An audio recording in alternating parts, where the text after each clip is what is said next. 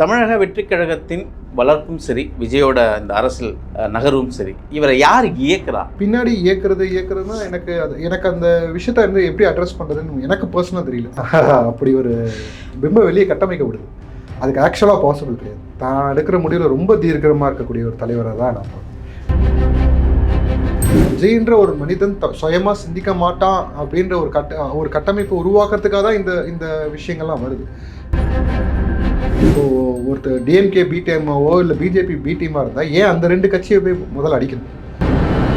ஒரு மாநிலத்தில் இப்போ தான் புதுசாக ஒரு கட்சி ரெஜிஸ்டர் ஆகி வந்திருக்கு. சின்னம் கூட கொடுக்கல, அதுக்குள்ளே போயிட்டு டைரெக்டாக பிரைம் மினிஸ்டர் அட்டாக் பண்ணுறதுன்றது அந்த கட்ஸ் இருக்கு இல்லையா? நீங்கள் இதை யாராவது ஒருத்தங்க இயக்குறாங்கன்னா அந்த கட்ஸ் வராது. இந்த அப்பா ஒரு கட்சி துவங்குறாரு, அதை விஜயோட பேரில் துவங்குறாரு. அப்போவே அவர் வந்து அதை எதிர்த்து பல விமர்சனங்களுக்கு ஆளானார். மறுபடியும் என்ன ஃப்ரேம் பண்ணுவீங்க? அவங்க அப்பாவோட கையை பிடிச்சி தான் அரசு கூட வந்தாருன்னு சொல்லிடுவீங்க. ஓகேங்களா? அது எல்லாம் தெரிஞ்சு தான் அவர் செய்கிறார். திமுக இவங்களோட செய்யக்கூடிய ஒரு இதுவே வந்து செய்யக்கூடிய வேலைகளே வந்து இவங்களை தவிர வேறு யாரும் பெருசாக வளர்ந்துடக்கூடாதுன்னு ரொம்ப குறியாக இருப்பாங்க. அதுக்கான எல்லா வேலைகளும் செய்வாங்க. விஜய் அரசியலுக்கு வந்து 2 வருடம் ஆகுது, கரெக்டுங்களா? அப்போ அவருக்கான கொள்கையை வந்து அப்போ இப்போதான் எடுத்திருக்காரா? கொள்கை இல்லாமல் ஒரு மனுஷன் வளர முடியாது. எந்த மனுஷனாலையும் வளர முடியாது. மக்களுக்கு நலன் செய்யணுன்ற எண்ணம் இருக்குதான்னு கேட்டால் இருக்குது. நேயர்களுக்கு வணக்கம். இன்று நம்மோடு அரசியல் பேச இணைந்திருக்கிறார் தமிழ்நாடு இளைஞர் கட்சியின் பொதுச் செயலாளர் திரு லோகேஷ் அவர்கள். வணக்கம். வணக்கம். விஜய் தாவேகா அரசியலை ஆதரித்து வழிநடத்தி போயிட்டு இருக்கீங்க. விஜயோட அரசியலை நம்ம உன்னிப்பாக பார்த்துட்டு இருக்கோம். அவரோட 2 மாடனும் சரி, நேற்றைய அந்த சுற்றுப்பயணம் சரி, தமிழ்நாட்டு அரசியலை ஒரு பேசும் பொருளாக மாற்றி இருக்குன்னு சொல்லலாம். ஆனால் பல விமர்சனங்களும் அதுக்குள்ளே அடங்கி இருக்கு. ஒன்று பேசுவோமே. தமிழக வெற்றிக் கழகத்தின் வளர்ப்பும் சரி, விஜயோட இந்த அரசியல் நகரும் சரி, இதுக்கு பின்புலம் என்ன? இவரை யார் இயக்குறா? இப்படின்ற ஒரு கேள்வி முக்கியமாக இங்கே எழுப்பப்படுது. நீங்கள் எப்படி பார்க்குறீங்க? இல்லை, நான் அப்சர்வ் பண்ண வரைக்குமே சொல்கிறேன். அவரை நிறைய பேர் சினிமாவில் டைரக்ட் பண்ணியிருக்காங்க. பட் ஆனால் வந்து அவரோட முடிவுகள் அவர் தான் எடுக்க ஆரம்பித்தார். ஒரு பீரியட் ஆஃப் டைமில் அதுதான் அவங்க அப்பாவுக்கும் அவருக்கும் கிளாஷாக கூட ஆயிருக்கும். தன் முடிவை தான் எடுக்கணுன்றது தான் அந்த கிளாஷு. அதுதான் இந்த அரசியலையுமே நடக்குது. அரசியலில் தன்னை இயக்கிறதுக்கெலாம் அப்படி ஒரு பிம்பம் வெளியே கட்டமைக்கப்படுது. அதுக்கு ஆக்சுவலாக பாசிபிள் கிடையாது. தான் எடுக்கிற முடிவில் ரொம்ப தீர்க்கமாக இருக்கக்கூடிய ஒரு தலைவரை தான் நான் பார்க்குறேன். ஏன்னா இந்த அவரோட ஒவ்வொரு மூவுமே அதை தான் நமக்கு ப்ரூவ் பண்ணுது. அரசியலுக்குள்ளே வரவங்க பொதுவாக சினிமாவில் இருக்கும்போதே வரும்போது பெட்டராக இருக்கும். நாளைக்கு அரசியலில் இருக்க பாப்புலாரிட்டியை மெயின்டைன் பண்ணுறதுக்காகவும் சரி, வருமானத்துக்காகவும் சரி, சினிமாவில் இருந்தபடியே அரசியல் செய்கிறது அப்படின்றதான் நினைப்பாங்க. ஆனால் இவர் எடுத்த நிலைப்பாடு வந்து முற்றிலும் மாறுபட்டது. அரசியல் வந்தேன்னா சினிமாவில் இருக்க மாட்டேன் அப்படின்றது தான். சினிமாவில் இருக்க மாட்டேன்றதை மறுபடியும் அதை சொல்லிகிட்டு இருக்கார். இல்லை, அவரோட நகர்வுகள் சரி. அதாவது தாவேக்கா என்ற கட்சி ஒரு துவக்கம் இருக்கு இல்லையா? விஜயோட எண்ணம் தான் தாவேக்கா துவங்குறதா, அவரோட ட்ரீம் பிளானா அப்படின்னெல்லாம் நிறைய கேள்விகள் இருக்குது. அதாவது இது நம்ம போகிற போக்கில் விஜய் அரசியலுக்கு வந்துட்டாருன்னு எடுத்துகிட்டு போக முடியாது.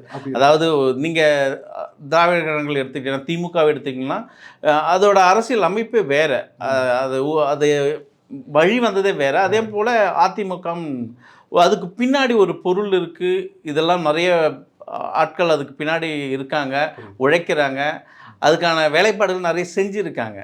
தாவேக்கா என்ற கட்சி விஜயோட ட்ரீம் பிளானாக இல்லை, அது நல்லாவே தெரியும். ஏன்னா அவரோட வளர்ச்சியும் சரி வந்ததும் நம்ம பார்த்துருக்கோம். போகிற போக்கில் இல்லை இது விஜய் அவரால் தோக்குன்றது அப்படின்ற நம்ம எடுத்துகிட்டு போக முடியாது இல்லையா? இல்லை, ஒரு அரசியல் நிலைப்பாடு இல்லை. ஒரு நிமிஷம் பேசி முடிச்சிடுறேன். அரசியலை பின்தொடர்ந்து அவர் வளரல இல்லைங்களா? அவரோட வளர்ச்சி வந்து சினிமா துறையில் மட்டுமே வளர்ந்தது. நீங்கள் எம்ஜிஆரோட கம்பேர் பண்ணி விஜய் இப்போ இன்றைக்கி பேசிகிட்டு இருக்கீங்களே, எம்ஜிஆர் வளர்ந்தது வேறு. எம்ஜிஆரோட அரசியல் பயணம் உங்களுக்கு நல்லாவே புரியும். அப்படி போகலாம். ஆனால் இங்கே பின்னாடி இயக்குதல்னு ஒன்று இருக்குது இல்லையா? தாவேக்காவை இயக்குதல். இப்போ விஜய் மட்டும்தான் தாவேக்கா இயக்குறாரா அப்படின்ற ஒரு கேள்வி இங்கே இருக்குது. அது ஒளிவு முறையாக பேசணும்ல. ஏன்னா பாஜக பி டீம்னு சொல்கிறீங்க, எதிர்கட்சிகள் இப்படி இல்லை அவங்க தான் அப்படின்றாங்க. இதெல்லாம் ஒரு கேள்வியாக விஜயை பார்க்கப்படுது. அவரும் அதுக்கு பதில் சொல்ல மாட்டேன்றாரு. அப்போது நீங்கள் விஜயை சுற்றி உள்ள நீங்கள் தான் அதுக்கு பதில் சொல்லணும். இல்லை, நான் அவரும் சொல்லியிருக்காரு, நான் எந்த கட்சிக்கும் பி டீமாக இருக்கிறதுக்கு வரலன்றதை அவர் சொல்லிட்டார். முதன்மை சக்தியாக வரணும். நீங்கள் கேட்குற கேள்வி என்னென்னா, அவருக்கு இது ரொம்ப லாங் ரன் பிளானா அப்படின்றது அது இல்லைன்றது நீங்கள் சொல்கிறீங்க. எனக்கு என்னமோ அது கொஞ்சம் வருஷங்களாக அவர் மனசுக்குள்ளே வந்து தோணுன விஷயம்தான் அப்படின்றது தெரியுது. எனக்கு பர்சனலாக அப்படி தான் ஃபீல் ஆகுது. அந்த எண்ணம் இல்லாமல் இன்னைக்கு முடிவு பண்ணிட்டு நாளைக்கு அரசியலுக்குள்ளே வர முடியாது. அதுவும் இவ்வளோ பெரிய முடிவு எடுக்கிறது. அவர் கரியர் வேண்டான்னு சொல்லிட்டு வரனால அவருக்கு இப்போ அடுத்த படம் ரிலீஸ் ஆக விடுவாங்களா, அதுக்கு காம்படிஷனாக இன்னொரு படம் எடுக்கிறது, இந்த மாதிரி அரசியலாம் நடக்கும்னு தெரிஞ்சும் அந்த முடிவு எடுக்கிறது ஒன்று. ரெண்டாவது, இது ஒரு வழி பாதை அப்படின்றது தெரியாமல் இருக்காது. தமிழ்நாட்டில் இருக்க சராசரி மனுஷனுக்கு கூட அந்த அரசியல் புரிதல் இருக்கும். உள்ள கால் வச்சதுக்கப்புறம் நோ ரிவர்ஸ் அப்படின்றது சராசரி மனுஷனுக்கும் தெரியும். அது தெரியாமல் அந்த முடிவு அவர் எடுத்திருப்பாரான்னு இருக்குது. பின்னாடி இயக்குறதுனா எனக்கு அந்த விஷயத்த வந்து எப்படி அட்ரஸ் பண்ணுறதுன்னு எனக்கு பர்சனலாக தெரியல. அவரை இயக்குற அளவுக்கு இன்னைக்கு நீங்கள் சொல்லக்கூடிய ஏதோ ஒரு இயக்கங்கள் இருக்கணும், இல்லைன்னா வந்து ஒரு ஐடியாலஜி இருக்கணும். இந்த மாதிரி ஏதாவது விஷயம் அவர் இயக்குதான்னு கேட்டால் எனக்கு அந்த கேள்விக்குறி இல்லைன்னு தோணும். அந்த கேள்விக்கான தேவையே இல்லைன்றது தோணுது. இல்லை, இந்த கேள்வியை நாங்கள் கேட்குறோன்னா, சொந்த அப்பா ஒரு கட்சி துவங்குறாரு, அதை விஜயோட பேரில் துவங்குறாரு. அப்போவே அவர் வந்து அதை எதிர்த்து பல விமர்சனங்களுக்கு ஆளானார் இல்லைங்களா? அப்போது விஜய் ஒரு கட்சியில் அவர் ஒரு ட்ரீம் பிளானாக இருந்தால் அவர் அப்பா துவங்கும் போதே அதை ஸ்டார்ட் பண்ணிருக்கலாம். பர்சனல் ட்ரீம் பிளானாக இருக்கிறனால தான் அது வந்து நீங்கள் அவங்க அப்பா ஆரம்பிக்கும் போது அதை விடலை. நீங்கள் மறுபடியும் என்ன ஃப்ரேம் பண்ணுவீங்க, அவங்க அப்பாவோட கையை பிடிச்சினா அரசியல் கூட வந்தாருன்னு சொல்லிடுவீங்க. ஓகேங்களா? அது எல்லாம் தெரிஞ்சு தான் அவர் செய்கிறார். நடுவில் கூட திடீர்னு ஒரு பொருளை கலப்பிச்சு சந்திரசேகர் அவங்க அப்பா வந்து போய் கூட்டணி கட்சிகளுக்கெல்லாம் பேச போகிறாங்க. மறுபடியும் அது சைலண்ட் ஆகிடுச்சு. ஸோ வந்து விஜய்ன்ற ஒரு மனிதன் சுயமாக சிந்திக்க மாட்டான் அப்படின்ற ஒரு கட்டமைப்பு உருவாக்குறதுக்காக தான் இந்த விஷயங்கள்லாம் வருது. இப்போது ஒருத்தர் டிஎம்கே பி டீமாவோ இல்லை பிஜேபி பி டீமாக இருந்தால் ஏன் அந்த 2 கட்சியை போய் முதல்ல அடிக்கணும் இல்லை? அதுவும் வந்து பிரைம் மினிஸ்டர் ஒரு மாநிலத்தில் இப்போ தான் புதுசாக ஒரு கட்சி ரெஜிஸ்டர் ஆகி வந்திருக்கு. சின்னம் கூட கொடுக்கல. அதுக்குள்ளே போயிட்டு டைரெக்டாக பிரைம் மினிஸ்டர் அட்டாக் பண்ணுறதுன்றது அந்த கட்ஸ் இருக்கு இல்லையா? நீங்கள் இதை யாராவது ஒருத்தவங்க இயக்குறாங்கன்னா அந்த கட்ஸ் வராது. இல்லை, கண்டிப்பாக அதெல்லாம் நாங்கள் பாராட்டுறோம், வாழ்த்துறோம். விஜய்க்கு நிறைய விமர்சனங்கள் உள்ளானார். திமுகவை மட்டும் எதிர்க்கிறாரு, மேலே ஆளக்கூடிய ஆட்சியாளர்களை விமர்சிக்கவில்லை, பயந்து அஞ்சினாருங்கிறாரு, இப்படி கேள்விகள்லாம் இருந்தது. நாங்கள் அதுக்கு இல்லை, நாங்கள் பல விதமானது இல்லை அதையும் பேசுகிறாரு, பாஜகவும் பேசுகிறாருன்றது நாங்கள் பேசிட்டு தான் இருக்கோம். ஆனால் இந்த உள்மறைவுகள்னு இருக்கு இல்லையா? இப்போது நீங்கள் விஜயோட நகர்வை நீங்கள் உற்றி பார்த்துனீங்கன்னா ஒரு செஸ் பிளே மாதிரி தான் இருக்குது. ஒரு செஸ் பிளே போர்டில் ஒரு காய் நகர்தல் எப்படி இருக்கோ அது மாதிரி விஜயை யாரோ வச்சு இயக்குறாங்க. அந்த சூழலை தான் நம்ம பார்க்க வேண்டியது இருக்கு. இல்லை, செஸ் பிளேவே அவர் தான் விளையாடுறான்னு ஏன் பார்க்க முடியல உங்களால்? அது போல் அந்த நகர்வுகள் அது போல் இருக்குது. அதுதான் நாங்கள் தமிழக அரசியலில் எடுத்த உடனேயும் நம்ம டாப் ரேஞ்சில் போக முடியாது. நல்லாவே தெரியும் உங்களுக்கு தமிழ்நாடோட அரசியல் நிலவரம் குறித்து உங்களுக்கு நல்லாவே தெரியும். இவர் இன்னைக்கு ஒரு பிம்பம், ஒரு ஸ்டார், அந்த இடத்துல நாங்கள் வச்சு தான் பார்த்துட்டு இருக்கோம். அரசியல் முகமாக விஜயை பார்க்க முடியும்னா பார்க்க முடியாது. இன்னைக்கு ஒரு ஸ்டாராக தான் பார்த்துட்டு இருக்கோம். இன்னைக்கு அக்செப்டன்ஸ் வந்து பெருவாரியான மக்களுக்கு அவர் வந்து நீங்கள் சொல்லக்கூடிய ஸ்டார்ன்ற பிம்பம் இருக்குது. அது அது ஒரு விசிட்டிங் கார்டு. அந்த விசிட்டிங் கார்டை பயன்படுத்தி உள்ளே வரார். இப்போது அவர் வரனால வந்து மக்கள் வெள்ளம் வருது, எல்லாம் ஃபைன். ஆனால் அவர் அரசியலில் தான் இருக்கார். இனிமேல் சினிமா கேரியர் இல்லைன்றதையும் அவர் சொல்லி தான் வந்தார். வந்ததுக்கப்புறமும் அந்த கூட்டம் வருது. அந்த வர கூட்டம் அவரோட அரசியலுக்காக தான் வருது, சினிமாக்காக வரல. சினிமாக்காக வந்த கூட்டமாக இருந்தாலும் இன்றைக்கி அவருக்காக வர கூட்டம் அது அரசியலுக்காக தான் வருது, அந்த ஆட்சி மாற்றத்துக்காக தான் வருது. அவர் ஒரு லெவல் தான் ரீச் ஆக முடியும். திமுகவோ அதிமுகவோ, நீங்கள் அதிமுக கூட ஒரு பக்கம் விட்டுருங்க, திமுக இவங்களோட ஒரு ப்ராப்ளமே, இவங்க செய்யக்கூடிய இதுவே வந்து செய்யக்கூடிய வேலைகளே வந்து இவங்கள தவிர வேறு யாரும் பெருசாக வளர்ந்துடக்கூடாதுன்னு ரொம்ப குறியாக இருப்பாங்க. அதுக்கான எல்லா வேலைகளும் செய்வாங்க. இதுக்கு முன்னாடி வந்தவங்களாம் அதுக்கான எக்ஸாம்பிள்ஸ். யாராக இருந்தாலும் இருக்கிற இடம் தெரியாமல் அழிச்சு விடுறது தான் அவங்க அதுக்கான ஸ்பெஷாலிட்டி. பட் விஜய் அண்ணாவை வந்து அவங்களால அந்த மாதிரி ஃப்ரேம் ஒர்க்குள்ளெல்லாம் அடைக்கவே முடியல. 4% அடைக்க முடியுமான்னு பார்த்தாங்க, முடியல. இப்போ அடுத்து 10 வந்திருக்காங்க, 10 அடைச்சிடலாம் அப்படின்ட்டு. நேற்று ரங்கராஜ் பாண்டே இருக்கவங்க, பிஜேபி டீம் இருக்கவங்களும் சரி, டிஎம்கேயில் இருந்து பேசக்கூடிய மூத்த பதிகள் 10 அடைச்சிடலாம் அப்படின்னு பார்க்குறாங்க. ஆனால் வெளியே வர கருத்து கணிப்புகள் அது வந்து அதை பொய்யாக்குது. ஓகேங்களா? அது வந்து கருத்து கணிப்பு தான் நாளைக்கு ரிசல்ட்டாக வருமானதை பெரிய கேள்விக்குறி. நானும் வந்து கருத்து கணிப்பு முழுசாக நம்புறவங்க கிடையாது. ஏன்னா சாம்பிள் சைஸ் என்ன இருக்குன்றதை நம்ம இது பண்ணுவோம். பூத்துக்கு ஒரு 10 பேருக்கு சர்வே எடுத்தால் அப்போ வந்து அதை நம்புறதுக்கான ஒரு நம்பிக்கை தன்மை கொஞ்சம் இன்னும் இன்க்ரீஸ் ஆகும். பூத்துக்கு 10 பேர் எடுக்கிறதுக்கு பாசிபிள் கிடையாது இன்றைக்கி இருக்கிற சூழ்நிலையில். அதுக்கு எலெக்ஷனே நடத்திட்டு போயிடலாம். ஸோ அது ரியாலிட்டி டேட்டா இல்லைனாலும், ஆனால் வெவ்வேறு அமைப்புகள் கொடுக்குற டேட்டா வந்து 15லேருந்து 25ன்றப்போ, ஸோ ஆவரேஜாக ஒரு 20 இருக்குது. அப்படி ஒரு ஃபோர்ஸ் வந்து இன்னைக்கு வரைக்கும் யாரும் வந்து ப்ரூவ் பண்ணலை. ஸோ ஸ்டார்டிங் ஃபோர்ஸ் இன்னும் சுற்றுப்பயணம் ஆரம்பிக்கல, சுற்றுப்பயணம் இருக்குது, அதுக்கப்புறம் கூட்டணி பேச்சுவார்த்தைகள் இருக்குது, அப்புறம் இவர தேர்தல் வாக்குறுதிகள் என்ன கொடுக்குறாங்கன்னு இருக்குது. இதெல்லாம் தாண்டி மக்கள் எடுக்கிற முடிவு. இன்னைக்கு எப்பவுமே உங்களுக்கு தெரியாத அரசியல் இல்லை. திமுக வேணுமா வேணாமான்னு தான் எலெக்ஷன் முடியும் தேர்தல் வரும்போது வர கேள்வி. இன்றைக்கி திமுக ஆட்சியில் இருக்கிறாங்க, அவங்க வேணுமா வேணாமான்னு தான் கேள்வி எடுப்பாங்க. ஸோ அப்படி கேள்வி எடுக்கும்போது எதிர்க்க யார் ஆள் இருக்காங்கன்னு பார்க்கும்போது, நீங்கள் அதிமுக இத்தனை வருஷம் ஆண்ட கட்சி, நான் அவங்கள குறைச்சலாம் மதிப்பிடல. ஆனால் அவங்க போய் சேர்ந்திருக்க இடம் ஃபஸ்ட்டு விஷயம் பிஜேபி. அவங்களோட அதிமுகவோட வீழ்ச்சிக்கு காரணமான பிஜேபி கூடயே மறுபடியும் போய் சேர்றது, அது வீழ்ச்சிக்கு அவங்க தான் காரணமாக கேட்டால் நான் அப்படி தான் பார்க்குறேன். அது அவங்க கட்சியில் இருக்கிறவங்களே அப்படி தான் நிறைய பேர் பார்க்குறாங்க. ஆனாலும் கூட்டத்தில் போய் சேர்ந்தாங்க. இது ஒரு பக்கம். ரெண்டாவது, செங்கோட்டையன் மாதிரி நான் மூத்த தலைவர்கள் வெளியே வந்து அதிமுக ஒருங்கிணைக்கணும் அப்படின்னு சொல்லும்போது அது என்ன மீன் பண்ணுது? அதிமுக ஸ்ட்ராங்காக இல்லை வீக்காக இருக்குன்னு மீன் பண்ணுது. நாங்கள் அதை எங்கேயுமே சொல்லலை, அது அவங்களா அவங்களுக்கு செஞ்சுக்கிற விஷயம். ஸோ மக்கள் அதை கவனிக்கிறாங்க. மக்களுக்கு ஒரு டால் லீடர் வேணும். ஜெயலலிதா அம்மா மாதிரி, கலைஞர் ஐயா மாதிரி இல்லாத ஒரு காலகட்டத்தில் ஒரு டால் லீடர் வேணும். முதலமைச்சர் ஐயாவோட ஸ்டாலின் சிஎம் சாரோட பிம்பங்கள் வந்து கட்டமைக்கப்பட்டு இத்தனை வருஷம் 50 வருஷ காலத்தில் கொஞ்சம் கொஞ்சமாக படிப்படியாக கட்டமைப்பு 2006 அது இன்னும் பெரிய லெவலில் ஃபண்ட் பண்ணி ஆர்டிஃபிஷியல் இல்லை இது கட்டமைப்புகள்ன்றீங்களா? அதாவது திரு ஸ்டாலினோட அந்த வளர்ச்சி வந்து இது கட்டமைக்கிறது பற்றி ஒரு கட்டமைச்சு தான் அவர் வளர்ந்தாருன்னு நான் அப்படி தான் நம்புகிறேன். ஏன்னா ஸ்டாலின் தான் வராரு இந்த விஷயங்களை, இந்த கேம்பெயின்லாம். இல்லை நீங்கள் கொஞ்சம் பார்த்துங்க ஸ்டாலினோட அந்த அரசியல் பின்னாடி பாருங்க. இல்லை அவர் அரசியலோட களப்பணி இல்லைன்னு நான் சொல்லலை. களப்பணி அவருக்கு அரசியல் தெரியும், அந்த மாதிரி வார்த்தையெல்லாம் பயன்படுது. அவரோட அடையாளத்தை வந்து நான் சொல்ல வரேன். இப்போது டிஎம்கே மாதிரி ஒரு பார்ட்டி, ஒரு ideological based party, leader based பார்ட்டியாக மாறிக்கிட்டு இருக்கு. இன்றைக்கி ஃபேஸில் அப்படி தான் போயிட்டுருக்கு. கலைஞர் காலத்தில் இருந்த மந்திரிகளோட பலம் வந்து இன்றைக்கி மந்திரிகள் இருக்கிறாங்க, ஆனால் எதிர்த்து பேச முடியாத ஒரு நிலைமையில் இருக்காங்க.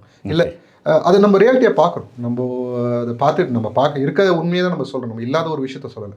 So 1% party, leader based party, அந்த ஹீரோ பேஸ்ட் பார்ட்டின்ற மாதிரி அந்த மாதிரி தான் கொண்டு போகிறாங்க.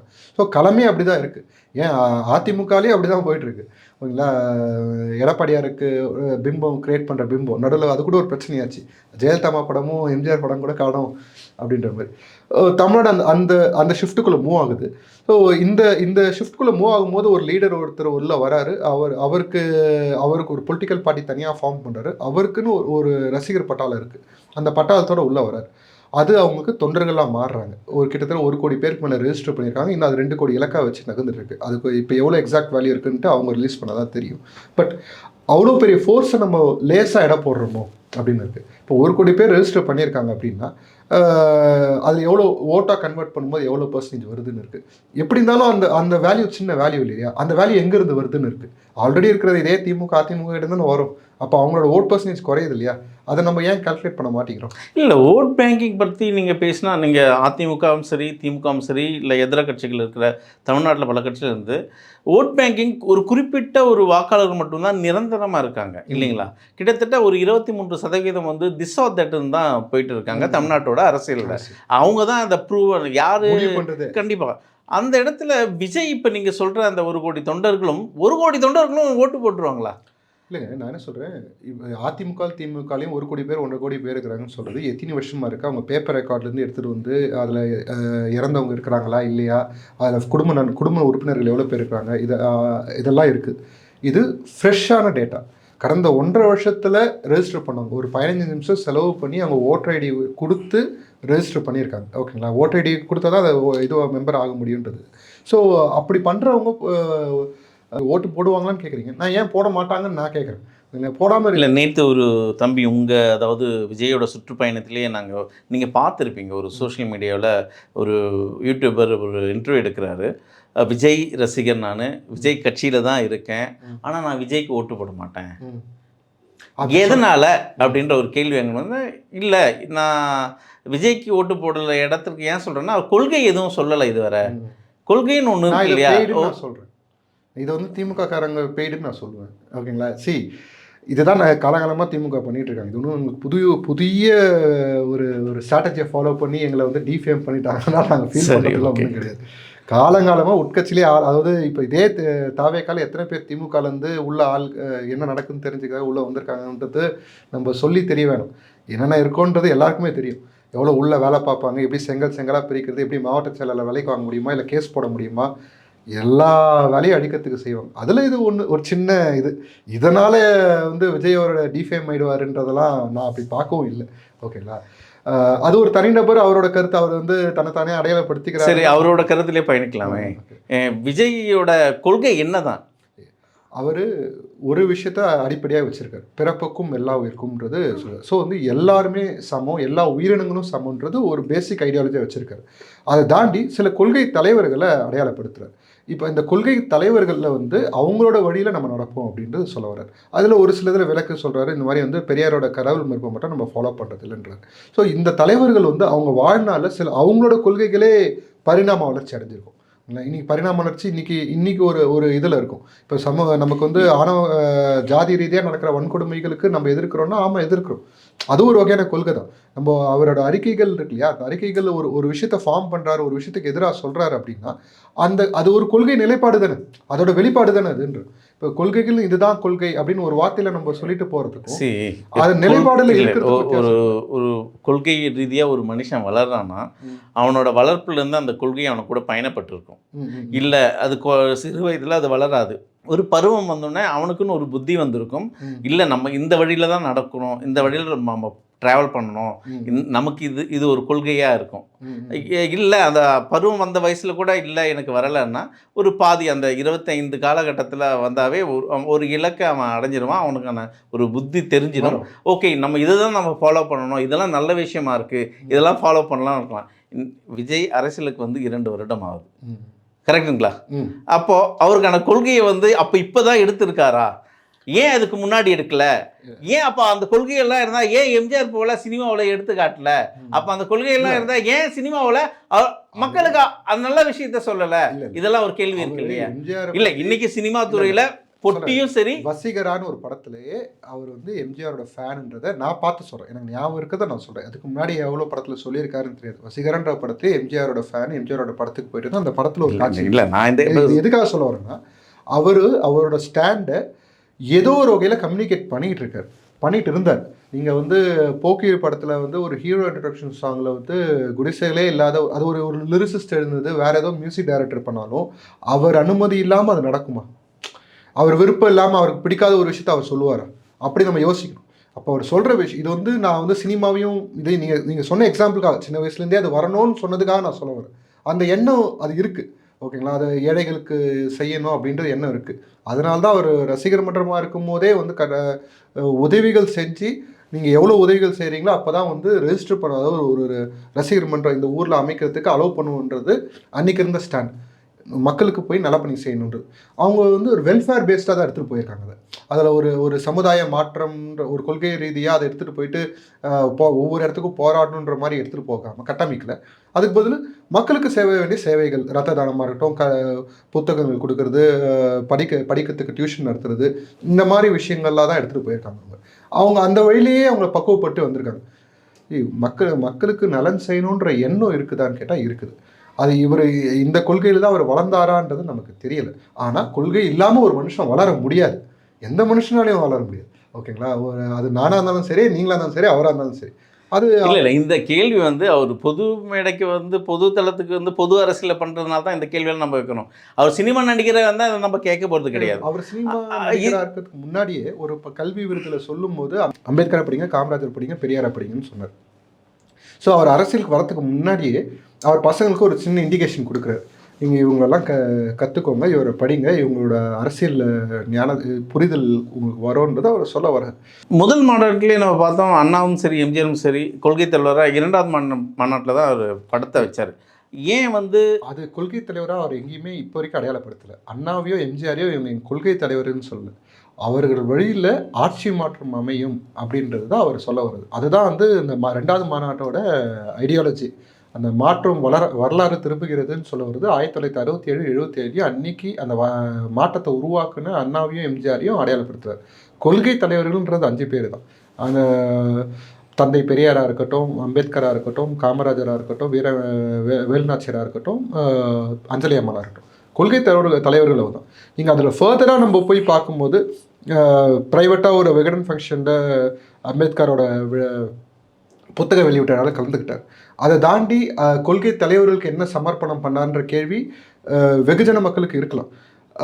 வெறும் மாலை போட்டால் அரசியல் முடிஞ்சிடுதா, அவங்களோட பிறந்தநாளுக்கு மாலை போட்டால் அரசியல் முடிஞ்சிடுது. இது ஒரு லாங் ரன் ப்ராசஸாக நினைக்கிறேன். நான் பர்சனலாக ஏன் இது நடக்குது அப்படின்னு பார்க்கும்போது ஒரு லாங் ரன் ப்ராசஸ் நினைக்கிறேன். ஏன்னா ஒரே நாளில் எல்லாரோட மைண்டையும் இவங்க 5 பேரோட ஐடியாலஜியை பூத்திட முடியாது. அது காலப்போக்கில் வர விஷயம். அவர் அதை தான் பண்ணிக்கிட்டு இருக்காருன்றது நான் பார்க்குறேன். நன்றி தோழர். நன்றி. பல கேள்விகளுக்கு பொறுமையாக சொன்னீங்க. கண்டிப்பாக. நன்றி. நன்றி.